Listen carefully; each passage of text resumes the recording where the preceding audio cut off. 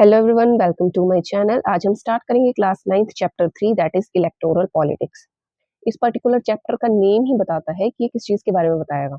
जो इलेक्शंस होते हैं इंडिया में, उनमें क्या पॉलिटिक्स चलती है, वो किस चीज से रिलेटेड है, उनके बारे में ये चैप्टर जो है कवर करता है कि हमें इलेक्शंस क्यों चाहिए, किसी डेमोक्रेटिक कंट्री में इलेक्शंस का क्या मीनिंग होता है, वगैरह वगैरह। तो ये रिवीजन नोट्स है, इसमें मैंने शॉर्ट से पॉइंट कवर किए हैं जिससे आपको पता चल जाएगा, या फिर आप रिवीजन कर सकते हो बड़े आराम से। तो चलिए स्टार्ट करते हैं फर्स्ट टॉपिक से, that is why do we need elections. इससे पहले आपको जानना जरूरी है व्हाट इज इलेक्शन। तो इसकी डेफिनेशन है, it is a process of selection of representative at regular interval. किसी भी पर्टिकुलर कंट्री में जहाँ पे डेमोक्रेसी है या नहीं है, जहाँ पे इलेक्शंस होते हैं, एक प्रोसेस रहती है लीडर्स या फिर रिप्रेजेंटेटिव को सिलेक्ट करने की, उसे कहा जाता है इलेक्शन यानी कि चुनाव। इसे अडॉप्ट किया गया है approximately by more than 100 countries around the world. अब नीड ऑफ इलेक्शंस क्यों पड़ी, इसके बारे में हम देखते हैं, जो कि नेक्स्ट टॉपिक है। तो हमारे पास नागरिक है, सिटीजन है किसी भी कंट्री के। वो जब अपने लीडर को चूज करेंगे, रिप्रेजेंटेटिव को चूज करेंगे, और लीडर क्या करेगा आगे, फिर वो डिसीजन लेगा उस कंट्री के लिए या फिर उन सिटीजन्स के लिए, राइट। ये मैंने एक फ्लो चार्ट सा बना दिया, आपको इससे पता चल जाएगा। तो इलेक्शन की जरूरत होती है ताकि नागरिक अपने पसंद के लीडर को चूज कर सके, और लीडर जो है आगे जाके डिसीजन लेगा कंट्री के लिए। नेक्स्ट पॉइंट है, making an implementation of good policies and laws. Country के अंदर अच्छी पॉलिसीज, कानून जो है उसे इम्प्लीमेंट किया जाए, उसे बनाया जाए, उसको इंश्योर करने के लिए लीडर का बनना जरूरी है, उसके लिए इलेक्शन जरूरी है। इसके अलावा इलेक्शंस जो है वो एक मौका देते हैं ताकि मोनोपोली जो है उसे रिमूव किया जा सके of any government. Like India में अलग अलग पार्टीज सत्ता में आती हैं, जैसे बीजेपी है, कांग्रेस है, बहुत सारी पार्टीज है। तो ऐसा ना हो कि एक ही पार्टी जो है वो जीतती जा रही है प्रीवियस कई सालों से। तो मोनोपोली को हटाने के लिए किसी भी एक पर्टिकुलर गवर्नमेंट की। इसके अलावा citizen participate in countries betterment. जो नागरिक हैं, चुनाव के द्वारा डायरेक्टली पार्टिसिपेट करते हैं कंट्री के बेटरमेंट में, कंट्री के डिसीजन मेकिंग में। सेकंड हमारा टॉपिक है, what makes an election democratic. अब इलेक्शन जो है वो भी डेमोक्रेटिक होने चाहिए, फेयर एंड इक्वल होने चाहिए। तो उसके लिए क्या चीज है जो कि जरूरी है, उसके लिए कंडीशन है कुछ है। तो फर्स्ट कंडीशन है, equal vote value and voting opportunity for everyone. किसी भी कंट्री के अंदर हर एक नागरिक की जो वोट वैल्यू है, उसके वोट की जो तवज्जुह है वो इक्वल रहे। इसके अलावा वोटिंग की अपॉर्चुनिटी इक्वली मिले हर एक नागरिक को, उसको इंश्योर किया जाता है इलेक्शंस के अंदर, राइट। इसमें जो नागरिक हैं उनके साथ किसी भी तरीके का भेदभाव नहीं होगा, डिस्क्रिमिनेशन नहीं होगी ऑन द बेसिस ऑफ क्या, their colour, their birth place, their gender और their caste, right. Next is election contest. एक तरीके का इलेक्शन कॉन्टेस्ट किया जाता है जिसमें बहुत सारी पार्टीज जो है वो पार्टिसिपेट करती हैं। अब ये पार्टीज जो है, मैं एग्जांपल दे रही हूँ आपको रियल टाइम का, जैसे बीजेपी है, कांग्रेस है, राइट। इस तरीके की पार्टीज पार्टिसिपेट करेंगी, बहुत सारी होती हैं, किस कोई भी इनकी लिमिट नहीं होती कि इतना पार्टिसिपेट कर सकते हैं। मैं इंडिया की बात कर रही हूँ। अब ये पार्टीज ऑफर करती हैं रियल चॉइसेस, ठीक है। ये रखेंगे आपके सामने अलग अलग चॉइसेस कि अगर हम सत्ता में आए तो हम क्या क्या बदलाव करेंगे कंट्री के अंदर, क्या क्या बेटरमेंट करेंगे, नागरिकों के हित में कौन कौन सी चीजें करेंगे, राइट। जैसे कि रोड अच्छे बनवा देंगे, एजुकेशन की अपॉर्चुनिटीज अच्छी देंगे लोगों को, वैसे वैसे। Next is conduct of election every few year. अब जो चुनाव है इनको हर एक कुछ सालों के बाद जो है वो कंडक्ट कराया जाता है, जैसे 5 साल के बाद, राइट। 5 साल के बाद पार्टीज चेंज होती हैं इंडिया में। लीडर जो है chosen by majority of people. अब जो लीडर है उन्हें चूज किया जाता है मेजोरिटी ऑफ पीपल। इसका मतलब क्या हुआ कि इंडिया डेमोक्रेटिक कंट्री है, उसके अंदर जो है नागरिकों को अधिकार है अपने लीडर को चूज करने का on regular intervals, on regular intervals of years, particularly in 5 years. Free and fair elections हैं, ये इंडिया के अंदर है। इंडिया के अंदर फ्री इलेक्शंस रहते हैं, इसके अलावा फेयर तरीके से इलेक्शन हो, हर एक को इक्वल अपॉर्चुनिटी मिले, इक्वल वोट वैल्यू मिले, उसको इंश्योर किया जाता है। तो इस तरीके से इलेक्शंस जो हैं उन्हें डेमोक्रेटिक बनाया जाता है किसी भी कंट्री के अंदर। Next point is it good to have political competition. इसका आंसर है यस।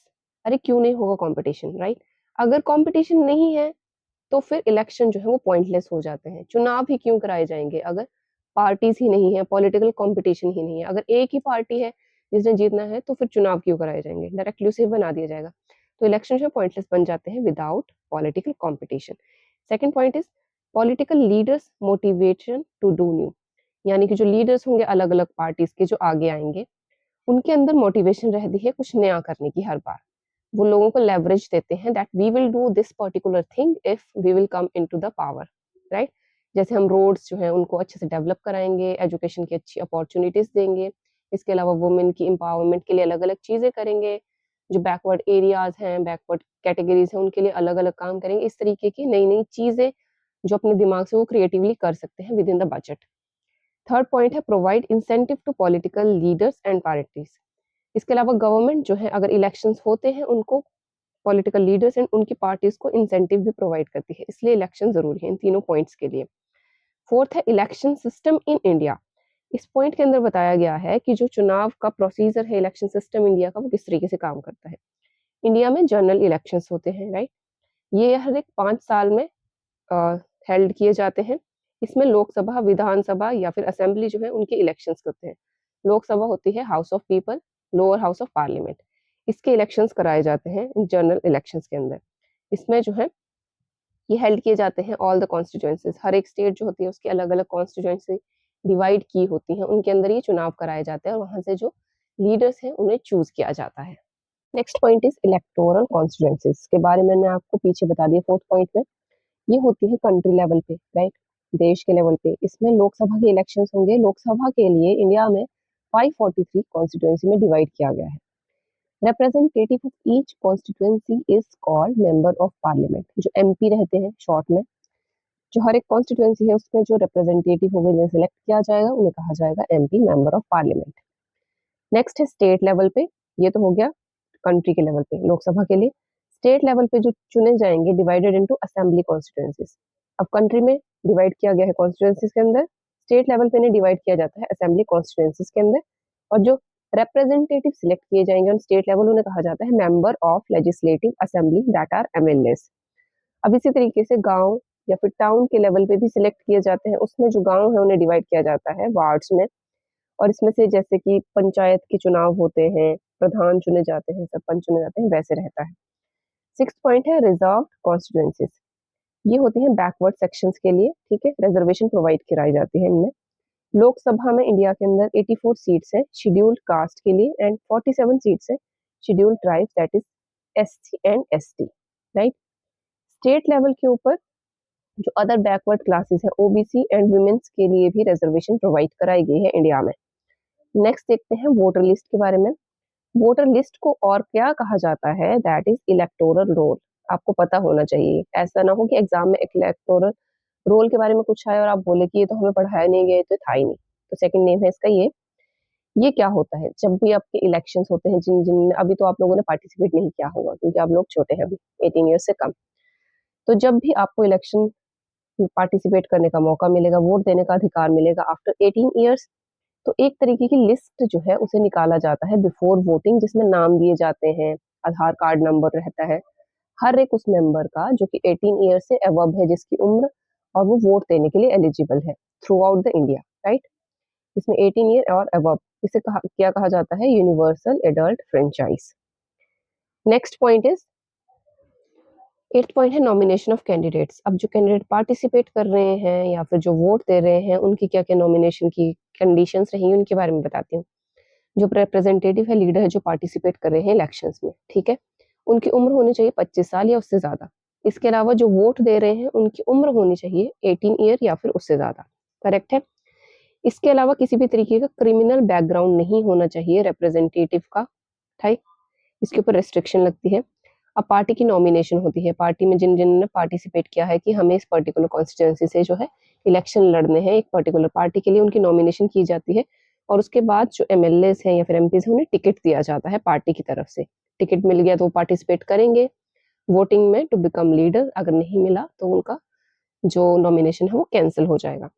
इसके अलावा जो सुप्रीम कोर्ट है इंडिया का, राइट, उन्होंने कुछ एक कंडीशंस रखी हैं कि ये डिक्लेयर या फिर फुलफिल करनी होगी कैंडिडेट को जो भी पार्टिसिपेट कर रहा है इलेक्शन के अंदर। नीड डिक्लेरेशन फॉर फर्स्ट क्या है, any serious case pending against candidate. जो भी रिप्रेजेंटेटिव लीडर के लिए पार्टिसिपेट कर रहा है उसके खिलाफ किसी भी तरीके का सीरियस क्रिमिनल या फिर किसी भी तरीके का केस नहीं होना चाहिए पुलिस वेरिफिकेशन के दौरान।